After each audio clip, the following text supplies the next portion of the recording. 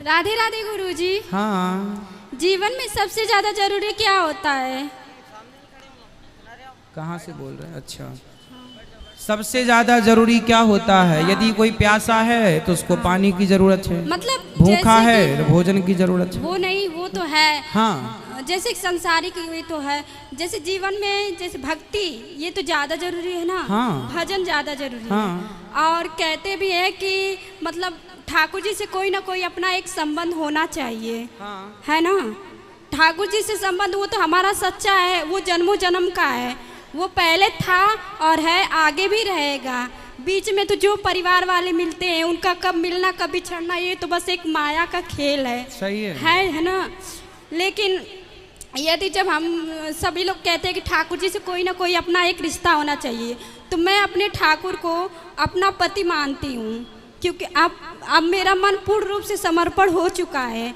लेकिन फिर भी परिवार वाले अब सोचते हैं कि किसी और परिवार से रिश्ता जोड़ दिया जाए, तो मुझसे नहीं हो पाता है। मतलब जैसे कि अब ऐसा लगता है कि मुझे किसी बंधन में जानबूझकर बांधा जा रहा है, इससे मैं छोड़कर मतलब अपने ठाकुर के पूर्ण रूप से चरणों में समर्पित हो गई हूँ।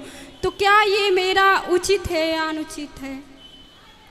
आपका मन विवाह करने का नहीं है? बिल्कुल नहीं है। बेटा आप बैठ जाओ, आगे वाले काहे खड़े हो गए? छोरा परिवार वाले बोलो बोलो। लेकिन परिवार वाले सोचते हैं कि नहीं मैं शादी के बंधन में बन जाऊं। आपकी माता जी क्या कहती हैं? माता जी आपके विचार से सहमत हैं? कोई मेरे विचार से सहमत नहीं है। सब सोचते हैं कि मैं संसार के बंधन में बन जाऊं, और मैं गुरुदेव सत्य कहती हूँ।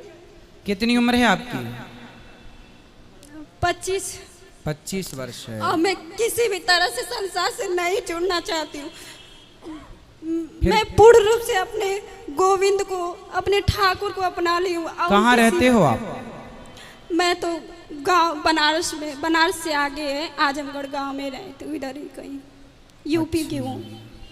तो विवाह नहीं करना माता पिता कहते हैं, विवाह करो। परिवार वाले बिल्कुल इस बात को मानने के लिए ही तैयार नहीं है। वो सोचते हैं क्या भगवान से कोई शादी करता है, भगवान को कोई पति मानता है? अरे ऐसे ही घर जा, तू शादी कर, अपने परिवार में देखते रहना, उधर ही सब कुछ कर लेना, ये सब ढोंग मत कर।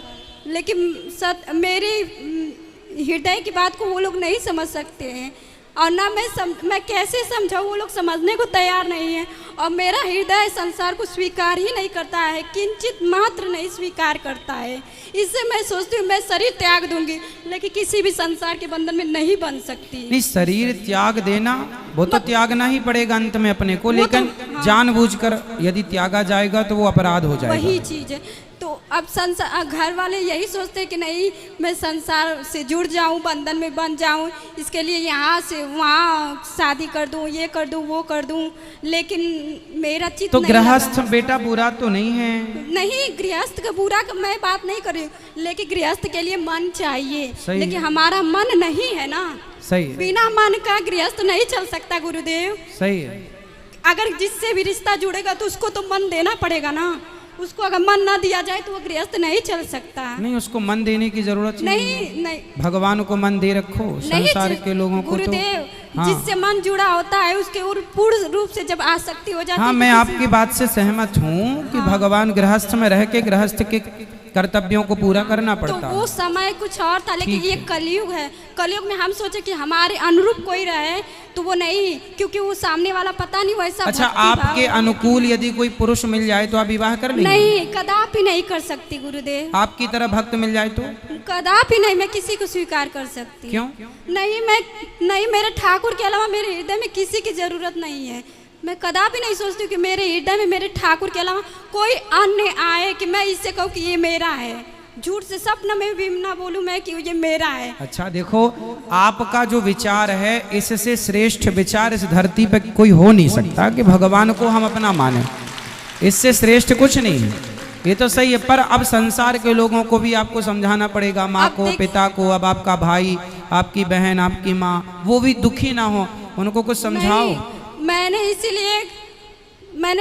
एक कथा में सुना था संत गुरुदेव के मुख से कि हमारे ठाकुर कहते हैं कि तू सब कुछ सर्व धर्मों को त्याग कर तू मेरी शरण में आ, मैं तेरी रक्षा करूंगा। हाँ, भगवान गीता में कहते हैं सर्वधर्मान परित्यज्य माम एकम शरणम मैं व्रज। तेरी रक्षा करूंगा। मैंने बस एक बात उनकी पकड़ ली और हृदय में ये धारण कर लिया कि मेरे ठाकुर जब कहते हैं कि जब मैं तेरी रक्षा करूंगा तो तब मैं क्यों बंधन में बंधूं। ये संसार तो बस माया के खेल है, ये परिवार वाले आज है कल नहीं रहेंगे। चलो आपकी बात से मैं सहमत हूँ, पर एक छोटा सा प्रश्न मेरा आपसे ये है कि चलो आज तो आपके मन में गोविंद है और आपके मन में कोई किसी पुरुष का स्थान नहीं है, हमेशा आपकी साधना ऐसी चले, पर आज नहीं, आज के 5 साल बाद 10 साल बाद कभी यदि मन ऐसा हुआ, क्योंकि मन देखो मन स्थिर नहीं हो पाता, यदि आपका मन स्थिर हो जाए तो बहुत बड़ी बात है, पर मन तो देखो रोज गुलाटी खाता है, मन कभी ऐसा कहता है कभी मन ऐसा कहने लगता है, जैसे अब मन अच्छा कहता है कल को उससे बुरा कहने लगता है, तो मन का भरोसा नहीं करना चाहिए। मन का भरोसा नहीं गुरुदेव, यदि हमारा जब जैसे हम उनसे जुड़े हैं तो मेरे ठाकुर ने मुझे अपनाया है और मुझे विश्वास है जब मेरे ठाकुर ने मुझे अपनाया, मुझे ऐसा स्वप्न में दिखा कि मेरा ठाकुर से विवाह हो रहा है। मैंने ऐसा जब तो आप माला किनकी जपते हैं? हाँ, माला किनके नाम की जपते हैं? नारायण। आप ही मेरे गुरु हैं ना, मैंने आपसे ही दीक्षा लिया है। अच्छा। 1 साल पहले मैं आई थी तो जो मंत्र दिया गया है उसका जाप करते उसका हैं? जाप करती हूँ। तो मैं मंत्र जाप करते समय एक दिन भाव में डूबी थी, तो आपके मुख से मैंने सुना था कि मतलब ठाकुर को कोई ना कोई रिश्ता जरूर होना चाहिए। तो मैं मन में भाव विचार करती थी, मैं ठाकुर को क्या मानूं। एक दिन मैं जब भजन करने बैठी थी तो मेरे भाव में ऐसा भाव हुआ कि मेरा विवाह मेरे ठाकुर से हो रहा है। अब वो धीरे धीरे वो रिश्ता, मुझे लगा ऐसा नहीं है, लेकिन जब मैं उस रिश्ते को धीरे धीरे महसूस करने लगी, ठाकुर ने मुझे मतलब उस चीज़ का अनुभव कराने लगे कि देख तू मेरी है, तू संसार में नहीं पड़ सकती। मतलब मैं जब भी संसार में जाती थी या कहीं भी कोई रिश्ता दिखा जाता था तो वो काट देते थे, या कुछ ना कुछ ऐसी बात हो जाती या सामने वाला हट जाता था। हजारों रिश्ते आए किसी न किसी वजह से, तो मैं समझती थी ये क्या है, क्यों ऐसा हो रहा है। फिर मुझे धीरे धीरे ठाकुर ने खुद अनुभव कराया कि तू मेरी है, तू मत संसार में पढ़। मैंने फिर संत गुरुदेव के प्रेमानंद महाराज जी हैं, उनका सत्संग सुनने लगी, फिर मुझे समझ में आया फिर मुझे लगा कि हाँ ये ठाकुर की बात है। जब मैं उनके रास्ते पे चलने लगी तो मुझे खुद वो अनुभव कराने लगे कि देख मैं तेरा हूँ, तेरा कोई नहीं है। इसलिए और फिर मैं उनकी सत्संग भी सुनती हूँ और मैंने घर त्याग दिया है, छोड़ दिया सब कुछ, और मैं बस अपने ठाकुर के भरोसे हूँ। इतना दिन हो गया, 8 महीने हो गया, लेकिन मेरे ठाकुर मुझे हर पल संभाल रहे हैं, हर पल तो रहते कहाँ हैं आप? घर पे रहते हैं कि कहीं और रहते हैं? घर पे तो नहीं रहते हैं। मैं कहाँ रहते हैं? मैं वृंदावन में ही रहती हूँ। तो वृंदावन में अकेले रहते हैं किसी के साथ रहते हैं? नहीं, कोई निश्चित नहीं है, कहीं पे भी। अभी ठाकुर जी मुझे जहाँ पे रख देते हैं वहाँ पे रह लेती हूँ। बेटा पर देखो आपकी भावना अच्छी है, मन पवित्र है, सब कुछ अच्छा है आपका, आप में कोई कमी नहीं है। भगवान आपको स्वीकार कर चुके हैं, आपने उन्हें स्वीकार किया, ये सब कुछ अच्छा है। भक्ति के पथ पर ईश्वर का अनुभव हो जाना ये बड़ी बात है, आपको हो चुका, ये अच्छी बात है। संतों का संग मिला आपको, आपने मंत्र का जाप किया, आप श्रेष्ठ हैं अपनी जगह। फिर भी ये जमाना बड़ा जालिम है, खुले में कहाँ रहेंगे आप, स्त्री हैं। नहीं गुरुजी, थोड़ा सा आपको अपनी सुरक्षा के लिए तो आपको कोई स्थान जहाँ बहुत सारी स्त्रियां रहती हों, लड़कियां रहती हों, वैसा यदि आप चुन लो। आप अकेले फुटपाथ पे ना सो जाना, आप अकेले ना रहना कहीं। मैं गुरुजी कभी कभी भय, मतलब मन में ऐसा लगता कि नहीं, रक्षक तो भगवान है, रक्षक तो भगवान है। द्रौपदी की लाज बचाई, रक्षक थे, फिर भी लुटी ना लाज, फिर भी लाज लुटी ना, उन्होंने पुकारा ही नहीं ना। हाँ, तो द्रौपदी की लाज लुटी, फिर भगवान ने पुकारा। तो हमें ये मैसेज है कि हम ऐसा काम ना करें कि वो स्थिति उत्पन्न हो। इसलिए हम थोड़ा सिक्योर रहें, और भाव अच्छा है आपका, भाव में रहना अच्छी बात है, पर भाव में संसार आपके भाव को नहीं समझ पाएगा, संसार आपकी भावनाओं को नहीं समझ पाएगा। मैं ऐसा अनुभव भी करती हूँ कि मतलब मुझसे कोई ऐसा कार्य नहीं होता है जो शास्त्र के विरुद्ध हो, या ऐसा नहीं करना। यहाँ पे का खतरा रहेगा तो मुझे लगता है मेरे ठाकुर पहले ही मेरा हाथ पकड़ के इधर ला रहे कि इधर खतरा है, तू इधर। द्रौपदी माँ ने पुकारा, भगवान जरूर आए। द्रौपदी माँ ने पुकारने में देर लगा, ये बात बिल्कुल सत्य है। फिर भी नारी है, नारी को हमेशा सुरक्षित रहना चाहिए। हाँ जितना समाज में क्राइम हो रहा है उसको देखते हुए हम आपसे कह रहे हैं कि द्रौपदी की तरह आपका भाव है, पवित्र है, अच्छा है। और फिर संत गुरुदेव भी कहते हैं यदि जब हम अपने भक्ति और प्रेम के मार्ग पे आगे बढ़ते हैं तो पग पग पर प्रतिकूलता आती है। वो हमारे ठाकुर हमसे परीक्षा लेते हैं कि क्या तेरा मन अभी भी मुझ में है या संसार में है। मन की बात नहीं है बेटा, आपकी सुरक्षा की बात है। आजकल तो लोग इतने दुष्ट लोग हैं समाज में कि अच्छे खासे संतों को मारकर उनको लूट लेते हैं। पैसे के लिए क्या नहीं कर रहा है आजकल, अपने बाप को मार डालते हैं, अपनी माँ को घर से निकाल देते हैं। तो भाई आपकी हर बात सही है। देखो भगवान सबके रक्षक हैं, बोलो हाँ, सबके रक्षक हैं भगवान। तो भगवान जब सबके रक्षक हैं तो जब भरत जी राम जी से मिलने चित्रकूट गए, भरत जी जब राम जी से मिलने चित्रकूट गए तो भरत जी ने अपने 4 सेनापतियों को बुलाया और चारों को बुला के कहा सुनो, पूरी अयोध्या तुम 4 लोगों के हाथ में देता हूं। पूरब गेट तुम्हारा, पश्चिम गेट तुम्हारा, उत्तर गेट तुम्हारा, दक्षिण गेट तुम्हारा।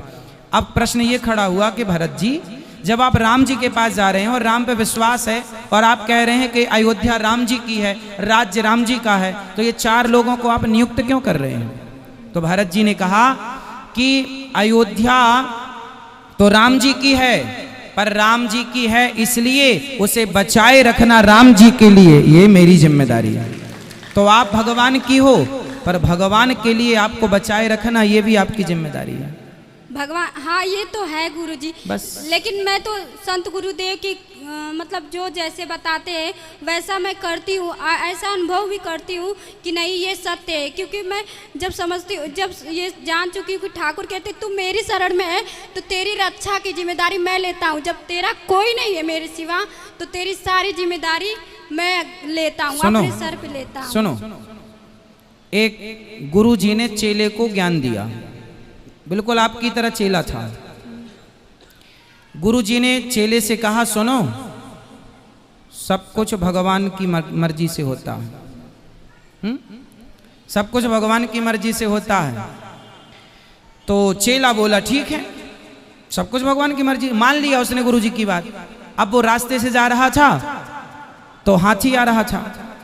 अब हाथी आ रहा था, हाथी के ऊपर महावत बैठा था और महावत चिल्ला रहा सुनो भागो, हाथी बौखला गया है, पागल हो गया है, भाग जाओ जल्दी, भागो भागो, ये हाथी उद्दंड हो गया है, पागल हो गया, रौंदता आ रहा सबको, भागो।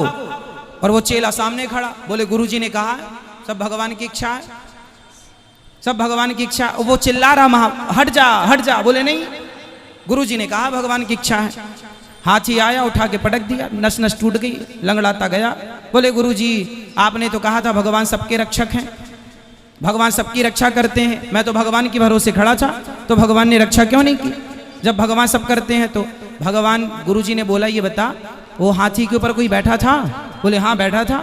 बोले वो कुछ कह रहा था? बोले कह रहा था हट जाओ हट जाओ। गुरुजी ने कहा कि यदि सब भगवान की इच्छा से हो रहा है तो वो महावत भी भगवान की इच्छा से कह रहा था कि बेटा हट जा, वो भगवान की आज्ञा थी, हट जा। तो आपको जो हम समझा रहे हैं ये भगवान की आज्ञा है कि सुरक्षित रहो। हाँ ये तो है, सुरक्षित तो हाँ। वैसे कोई भी अपनी सुरक्षा स्वयं नहीं करता सकता, सुरक्षा करने वाले तो हमारे ठाकुर ही है। भगवान सबके हाँ, रक्षक हैं। हाँ वही रक्षक है, लेकिन हम अगर हम अपनी ना चलाएं, अगर हम अपनी ना चलाएं तो वो अपनी चलाते चलो हैं। हमारा जो धर्म है आपको समझाना, एक गुरु के नाते, एक भाई के नाते कि भाई महिलाओं को खुले में नहीं रहना है, सुरक्षित रहना है। नहीं। अब आपको जो अच्छा लगे वो आप करो, भगवान के राह पर चले हैं, अच्छी बात है, चलो भगवान आपकी रक्षा करें, ये प्रार्थना है।